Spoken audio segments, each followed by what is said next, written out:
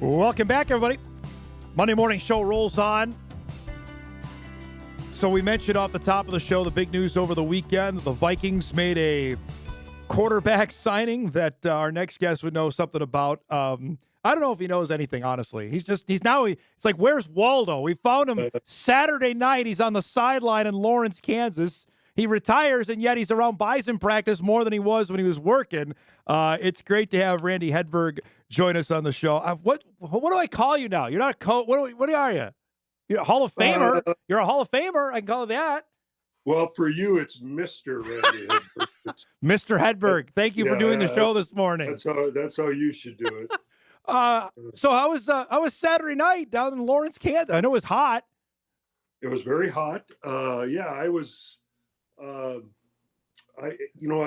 mentioned this to you before, but I spent a couple days in early August out in Fresno and watched the Bulldogs in some practices and hung out with the offensive guys and the quarterbacks especially. And yeah, so it was good to see those guys in live action. And it was fun environment, fun atmosphere there at KU. Nice new stadium. They opened it up, sellout crowd. So that was nice. All right. I know you're never going to brag about yourself, but it's pretty darn cool that as we wake up this morning, there are 4 former Bison that are on NFL rosters, quarterbacks that are on NFL rosters. I think Alabama's the only one who's got more than that. You got to feel a sense of pride about that this morning. Yeah, it's pretty special. It doesn't happen very often. And it's one thing you don't take it for granted for any reason because, you never thought, when I came to NDSU back in 2014, with Coach Kleiman, I never thought this would happen, with quarterbacks from the area, and especially from, the NDSU program and all, and having 4 like that. And they're just 4 special guys that are different. They're all different. They each have their own strengths and personalities and all. And it's pretty neat to see them and how they're thriving and doing well. You obviously played in the NFL and you talked to all these guys. I think you can explain, Randy, better than anybody, the sense of connection and how valuable it is, because obviously with Carson signing with the Vikings, his time, even though short with Sean McVay with the Rams, led to Kevin O'Connell trusting him to sign with the Vikings here. Well, there's no question about it. It's interesting how it all kind of goes hand in hand. It's like, Josh McCown was the backup to Carson in Philadelphia. Now he's going to coach him as a quarterback coach for the Vikings. Those connections are really, really important, and the impression you make with them is another thing that's really important. And it's just like Trey. And Trey finally is in a situation where I think they appreciate him and they believe in him, and that's all that he needed. He needed somebody to believe in him, and that's the bottom line. And now, Easton's at Atlanta, and the OC there is Zach Robinson, who was his quarterback's guy with the Rams, or with the Chargers when he was there. Sorry, the Chargers. So there's a connection there. And Easton had a great preseason, and Trey had a great preseason. And Cam, he really performed well during his limited time with the Raiders. So it's impressive. You're just kind of shaking your head when you're watching the preseason over the last 3 weeks, like coach that guy, coach that guy, coach that guy. I mean, you just got to – what's your emotion when you see that over the last few weeks? Well, the thing is that I've stayed up really late to watch these games because I think Cam's games start at 9 p.m. and get it done around midnight. And also in the last couple of weeks. So I've done a lot of that. And – but yeah, it's pretty neat, and especially seeing Issa got a lot of extended time, because he didn't play Cousins and all. But so it's fun to watch. I was able to watch Trey early in the preseason, and I'm really happy for him. I just want Trey to have a smile on his face and enjoy it. That's the important thing. That's a good point, because you saw Harbaugh go up and dap him up before that first game, Randy. I thought, boy, that's something just you haven't seen. He believed in him, and he's went out and he played like that through the 4 preseason games. At least I thought so. Yeah. You look back on his career and his his early career there. He's so young. There's some rookie quarterbacks that are younger than him in the league right now, and he's in his 5th year It's unbelievable. So his future, I think, is really bright. It's going to be interesting to see where he's at in the pecking order of quarterbacks for the Chargers, because Taylor Heineke, it's one of those things. It's kind of interesting. Taylor Heineke was with the Falcons, and then got moved to the Chargers, and when Easton was there. Easton comes to the Falcons, and Easton's living in Taylor Heineke's house. Is that right? In Atlanta. He was in preseason. I don't know if he still is, but yeah, in the offseason, he was living in Heineke's house in Atlanta area. Kind of a small world. We were talking about it last week with the decision the Colts did with Anthony Richardson. Anthony Richardson played, I think, less games than Trey Lance did. And the decision with this is I know coaches and GMs got to win. And you experienced this, obviously, with your time in the NFL, but it's such a short trigger now that Trey still hasn't even played any meaningful games in a long time. Just to get him out there and actually play, he's got to do that. Well, Dom, you know as well as I, when you draft a quarterback in the first round, the owner, the management, they want to see him. They got him play. And if it was up to the coach totally, which it isn't, probably in most cases in the NFL, they'd let that guy sit. I know I needed to sit. I needed to sit more than 1 year to get ready to play. But, it's Anthony Richardson. I mean, I go back to Carson. When Carson was coming out, I heard an NFL guy told me, there's a cutoff they like to see on college starts. And it was in the 20s. And Carson only had, if you go back, he probably had only 24 starts in college football, but he was a fifth-year guy, where Trey had 17 starts, but he's only a 3-year guy.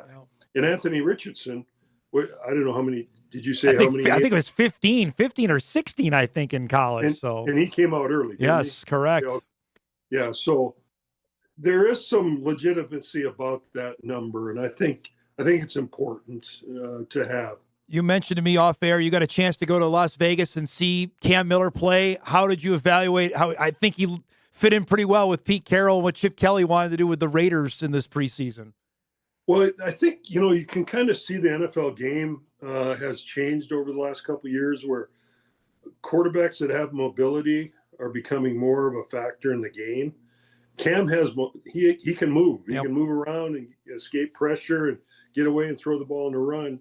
And, the guys like Kirk Cousins, that they're kind of fading out of the league now, and the college game is impacting that a little bit because of the way the college quarterbacks are coming out now. That's the way it is. And I know with us at NDSU, that's important in recruiting quarterbacks. We want quarterbacks that can get away from pressure and escape pressure and move around a little bit. And I think that's critical. And I think that's becoming more of a factor in the NFL. The fact that Tom Brady spoke glowingly of him after the draft, and even now during camp, what's that mean to you, that Tom Brady is effusive about Cam Miller? Well, I think that's pretty neat. I asked Cam if he had any interaction with Tom Brady, and he mentioned not a lot. He's around, but he hasn't had a lot of interaction with him other than he's been at practices and games. That's got to be nerve-wracking knowing that guy's looking like over your shoulder, like the greatest who's ever done it, watching you play quarterback. Yeah, that'll change now because he'll be in the booth now working games, but so he won't be around as much. But yeah. Here's the great story that I don't know.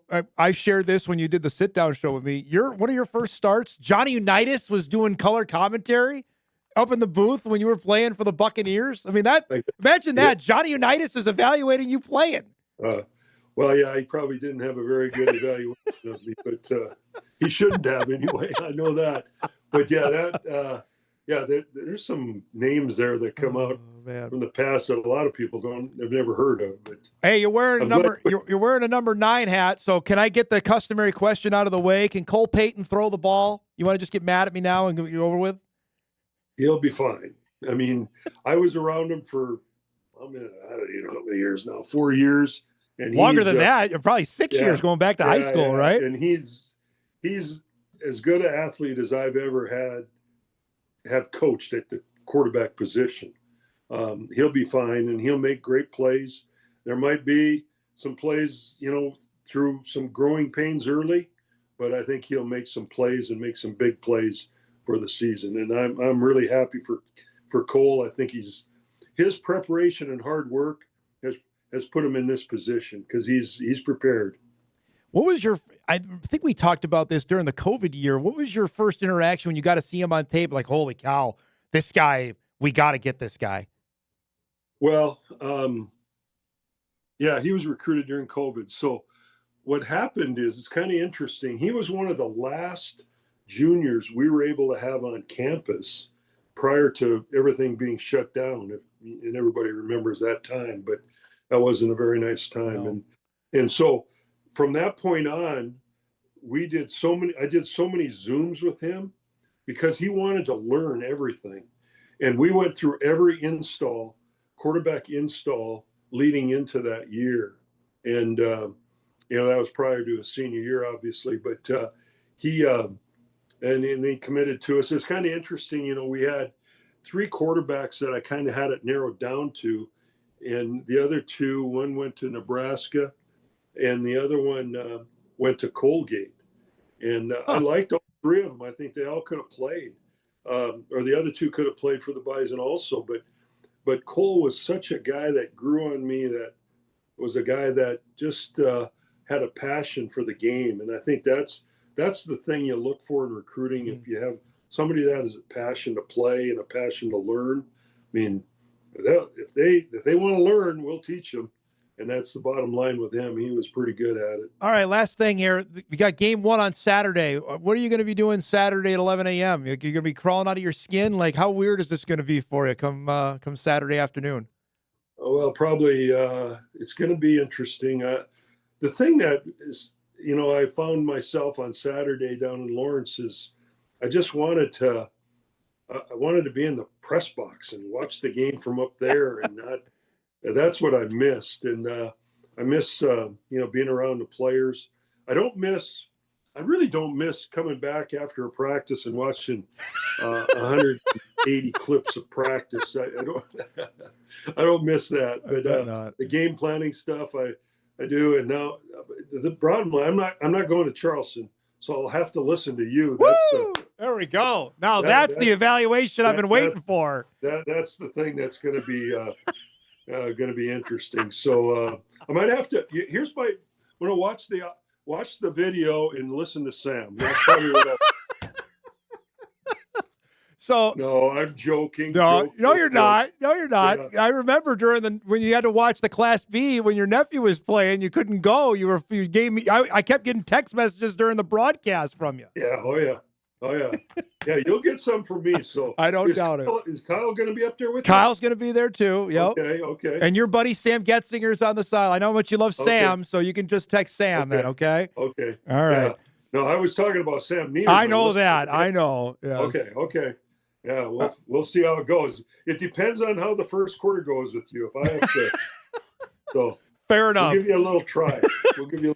It's great to see you. Thanks so much for doing this. I hope you're having a blast, and we'll catch up down the road. Okay. Thanks, Dom. Have a good call. Thanks, bud. Okay. I appreciate it. There he goes. Yeah. Randy Hedberg, former NDSU quarterbacks coach, the Hall of Famer, inducted into the North Dakota Sports Hall of Fame earlier this summer. What a great way to wrap up our show. We'll take a break. We come back. We'll put a bow on things, get you ready for a busy Sports Monday. Hot Mike will wrap right after this.